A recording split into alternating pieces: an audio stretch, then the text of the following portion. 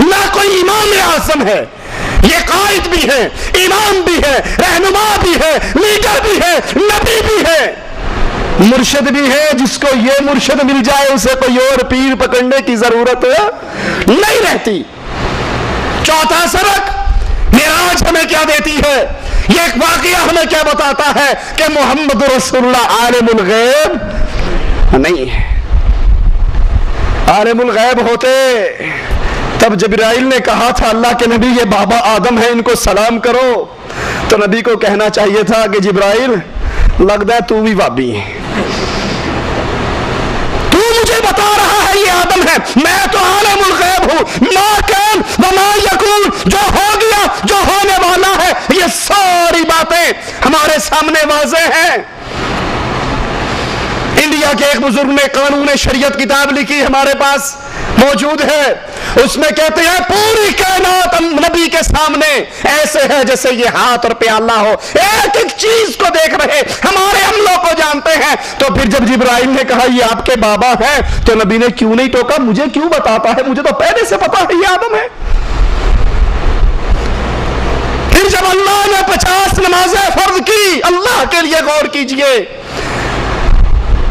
آپ سے چندوں کا سوال نہیں, عقل کو استعمال کیجئے, اللہ کے رسول کی باتوں پہ غور کیجئے, اپنے ایمان کو سدھار لیجئے.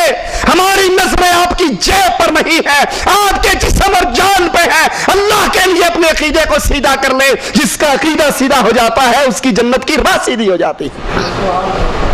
وہ اور ہوں گے جو گیارہویں کے نام پہ, تیجوں کے نام پہ, کنڈوں کے نام پہ کھانے والے ہوں گے. ہم کھانے والے نہیں, آپ کی جان کو آگ سے بچانے والے ہیں. اللہ کی رحمت سے دعوت یہ ہے توحید کو سدھار لو, عقیدے کو سیدھا کر لو. جس کا عقیدہ سیدھا ہو گیا, رب نے اپنے نبی کو سدرۃ المنتہا پہ یہ خوشخبری دی تھی, جو شرک کے بغیر میرے پاس آئے گا سارے گناہوں کو معاف کر کے جنت کے وارث بنا دوں گا. اللہم اجعلنا منہم ومعہم وفیہم. اللہ کے نبی پر 50 نمازیں فرض ہوئی. اللہ کے نبی عالم الغیب ہوتے تو وہی کہتے اللہ ابھی جتنی کم کرنی ہے ایک ہی دفعہ کم کر دے, بار بار کیوں چکر لگوائے گا. خود غور کر لو. موسیٰ علیہ السلام اپنے تجربے کی بنیاد پر کہتے ہیں میں پہلے دنیا والوں کے پاس جا چکا ہوں, اتنی ساری نہیں پڑیں گے, جاؤ کم کرواؤ. جب اللہ نے 40 کی تو نبی وہاں نہیں کہہ سکتے تھے کہ آخر آپ نے 5 ہی دینی ہے نا, میرے پھیرے ضرور مروانے ہیں, یہی ختم کرو, جو 5 دینی ہے 2 میں جاؤں. اللہ کے نبی عالم الغیب نہیں, عالم الغیب فلا یظہرہ علی غیبہ احدا. غیب دان صرف ایک اللہ ہے, عالم الغیب صرف ایک اللہ ہے. نبیوں کو جتنا بتا دیا جاتا ہے پتہ لگ جاتا ہے, اور جو بات رب چھپا لیتا ہے اس کا پتہ نہیں لگتا. ایک اور سبق اس واقعہ معراج سے ہمیں ملتا ہے کہ رسول اللہ صلی اللہ علیہ وسلم اللہ کا دیدار نہیں کرتے, عرش پہ نہیں پہنچتے, عرش پہ پاؤں نہیں رکھتے, بلکہ وہ سدرۃ المنتہا سے اوپر جہاں تک مالک نے چاہا وہ لے گیا, اور پھر صرف نور کو, اللہ کے نور کے حجاب کو دیکھا اور واپس آ گئے. یہ دعویٰ کرنے والے کہ اللہ کے نبی عرش پہ گئے, اللہ سے ملاقات ہوئی, آمنا سامنا ہوا, دیدار ہوا ایک دوسرے کا, یہ دعویٰ کرنے والے حضرت عائشہ بتاتی ہیں جھوٹ بولتے ہیں. محمد رسول اللہ صلی اللہ علیہ وسلم نے اپنے رب کا دیدار, اور خود اللہ کے نبی نے فرمایا میں نے تو نور کو دیکھا ہے. اللہ کے لیے, دین کے لیے وقت نکالیے, اپنے ایمان اور عقیدے کی اصلاح کیجیے.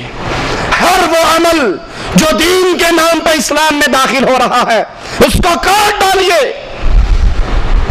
وہ بدعات, وہ اعمال جو رسول اللہ صلی اللہ علیہ وسلم کے نام پر, دین کے نام پر, اسلام کے نام پر دنیا میں مشہور ہو رہے, اس کو لائیے قرآن و حدیث پہ پیش کیجئے. اگر قرآن و حدیث اس کے موافقت دے دے, اس کے مطابق فیصلہ دے دے تو اس پہ عمل کر لیجئے. اور اگر رسول اللہ صلی اللہ علیہ وسلم کی سنت کے مطابق وہ چیز ثابت نہ ہو, وہ عقیدہ اللہ کے نبی کا نہ ہو, آپ کے صحابہ کرام کا نہ ہو, قرآن کی آیات میں نہ ہو, رسول اللہ کے فرمان میں نہ ہو, اس کو اٹھائیے دیوار پہ دے ماریے. وہ بیان کرنے والا کیو ٹی وی والا ہو یا کوئی اور ٹی وی والا,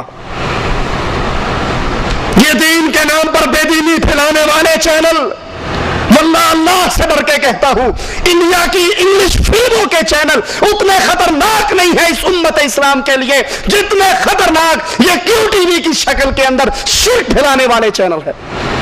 اس کے ذریعے ایمان کا بیڑا غرق ہوتا ہے۔ فلم دیکھ کر تو صرف انسان گناہگار ہوتا ہے، اور کیو ٹی وی کی بکواسات سن کر ہو سکتا ہے انسان ایمان سے ہی فارغ ہو جائے۔ اس لیے اللہ سے ڈریے، قرآن حکیم کو لازم پکڑیے، دن کے اندر 10 منٹ 15 منٹ آدھا گھنٹہ نکالیے، اس قرآن کا ترجمہ پڑھیے، تفسیر پڑھیے، اس قرآن سے ہدایت لیجئے۔ صحیح بخاری ہر گھر میں ہر کمرے میں رکھیے، صحیح بخاری کو حرز جا بنائیے، ہر مسئلہ آپ کو درپیش ہو اللہ کے نبی کی حدیثوں کو کھولیے، اس پہ عمل کیجئے۔ اللہ سے دعا ہے اللہ ہمارے گناہوں کو معاف فرما دے، اللہ ہماری خطاؤں کو معاف فرما دے، اللہ ہماری سیاہ کاریوں کو معاف فرما دے، اللہ ہمیں زندہ رکھے، ایمان پہ رکھے، اللہ ہمیں موت دے اس حال میں دے، اللہ ہم سے راضی ہو، ہم اپنے اللہ سے راضی ہوں۔ اقول قولی ھذا واستغفر اللہ لی ولکم ولسائر المسلمین فاستغفروہ انہ هو الغفور الرحیم۔ بچی اور بچے کے عقیقے میں کیا فرق ہے؟ بچہ اگر اس کا عقیقہ کرنا ہے تو 2 جانور ہیں اور بچی کے لیے 1 جان ہے۔ ہم دیکھتے ہیں جب طلاق دیتے ہیں تو اسی دن عورت کو گھر سے نکال دیتے ہیں، کیا یہ صحیح ہے؟ کتنی مرتبہ طلاق بولنا چاہیے؟ کتنے دن کی عدت ہونی چاہیے؟ طلاق دینے کے بعد عورت کو فوراً گھر سے نہیں نکالنا چاہیے، بلکہ وہ عدت کے دن اپنے خاوند کے گھر کے اندر، اگر پہلی طلاق ہے یا دوسری طلاق ہے تو پھر وہ خاوند کے گھر کے اندر اپنے عدت کے دن گزارے۔ 3 طہر اس میں خاوند کو اجازت ہے شریعت کی طرف سے، وہ چاہے رجوع کر لے، اور اگر وہ رجوع نہیں کرتا تو عدت گزرنے کے بعد ان دونوں کو دوبارہ نکاح کی اسلام اجازت دیتا ہے۔ اور جب طلاق دی جائے اگر انتہائی مجبوری کی حالات بن جائیں تو صرف 1 دفعہ کہا جائے کہ تجھے طلاق ہے، طلاق طلاق طلاق، 3 فائر نہ ماریں، اور پھر حلالہ کروانے کے لیے بے غیرت مولویوں کے پاس چکر نہ ماریں۔ یہ حلالہ نہیں، یہ حرامہ ہے، اور 1 دفعہ 3 طلاق کہنا بھی درست نہیں ہے، صرف 1 ہی کہنا چاہیے۔ اور اگر کسی نے غلطی میں 3 طلاق کہہ بھی دی ہے تب بھی 1 ہوتی ہے، 3 نہیں ہوتی۔ کیا مردے کو دفن کرتے وقت اذان دینی چاہیے؟ رسول اللہ صلی اللہ علیہ وسلم کی کسی حدیث سے ثابت نہیں ہے کہ مردے کو قبر میں اتار کے اذان دینی چاہیے۔ اگر وہ نمازی تھا تو پہلے نمازیں پڑھتا تھا۔ اب جو قبر ہے یہ دارالحساب ہے، یہ دارالعمل نہیں ہے، یہاں تو حساب و کتاب شروع ہو گیا۔ اب آپ کس کو نمازیں پڑھا رہے ہیں اذان دے کے؟ ایک آدمی کہتا ہے اس کے ساتھ ٹونا کیا گیا ہے جبکہ وہ نماز کا پابند بھی ہے، اس کو برے برے خیالات آتے ہیں۔ اگر کسی نے کسی پر جادو وغیرہ کر دیا ہے، کروایا ہے، یا شیاطین کا کوئی اثر ہے تو اس اللہ کے بندے کو چاہیے کہ سورۃ بقرہ مستقل ڈیلی اس کی تلاوت کرے، پڑھے۔ اللہ کے نبی صلی اللہ علیہ وسلم نے فرمایا جس گھر میں سورۃ بقرہ پڑھی جائے وہاں سے شیطان بھاگ جاتا ہے۔ رات کو سونے کے اذکار پڑھیں، صبح اٹھنے کی دعائیں پڑھیں، گھر میں آنے جانے کے اذکار پڑھیں تو شیطان ویسے ہی بھاگ جائے گا۔ کیا نکاح یعنی شادی سے پہلے 1-2 مہینے پہلے حق مہر دیا جا سکتا ہے تاکہ لڑکی والوں کے گھر کے کام آ سکے، یا صرف نکاح کے وقت ہی دیا جا سکتا ہے؟ جو حق مہر طے ہو گیا ہے، آپ نکاح پہ دینا چاہتے ہیں نکاح پہ دے دیں، نکاح سے پہلے دینا چاہتے ہیں وہ آپ کی مرضی ہے، لیکن وہ آپ پر واجب تبھی ہے جب آپ کا نکاح ہوتا ہے۔ ہو سکتا ہے حق مہر لے لیں اور نکاح نہ دیں، پھر کیا کرو گے؟ مال بھی جائے گا ہیں؟ اس لیے جب نکاح ہو اس وقت حق مہر دیں، لیکن اگر آپ سمجھتے ہیں کہ ان کو ضرورت ہے، سامان بنانا ہے یا کوئی اور معاملہ ہے، پہلے بھی دیں تو واللہ عالم، میرے علم میں کوئی حرج نہیں ہے۔ سلام پھیرتے وقت دونوں طرف دیکھنا ہے یا ایک طرف؟ دونوں صورتیں جائز ہیں۔ یہ سوال ہے ٹیلی فون پہ نکاح کے متعلق کہ لوگ ٹیلی فون پہ نکاح کر لیتے ہیں۔ ٹیلی فون پہ نکاح اگر انتہائی مجبوری ہے، آپ کو چھٹی نہیں ملتی، آپ نہیں جا سکتے، اور پھر آپ نے نکاح کے بعد یہاں بلانا ہے، تو وہ بھی ایسی صورت میں کہ جب آپ قبول کرتے ہیں، ایجاب و قبول ہوتا ہے، وہ ایسا جہاز ہو جس پہ آواز بلند ہو اور چند لوگ آپ کے پاس بھی آواز سننے والے اور کچھ ان کے پاس بھی آواز سننے والے، ٹھیک ہے؟ صرف لڑکی لڑکے کی آپس کی گفتگو نہ ہو، کسی کو پتہ نہیں اس نے کیا کہا ہے اور اس نے کیا کہا ہے۔ وہ جو گواہ بنیں گے نکاح پر، وہ گواہ تبھی بنیں گے جب آپ کی آواز سنیں گے۔ تو ایسا معاملہ اگر انتہائی مجبوری کے اندر ہو تو بعض علماء نے اس کی اجازت دی ہے، واللہ اعلم۔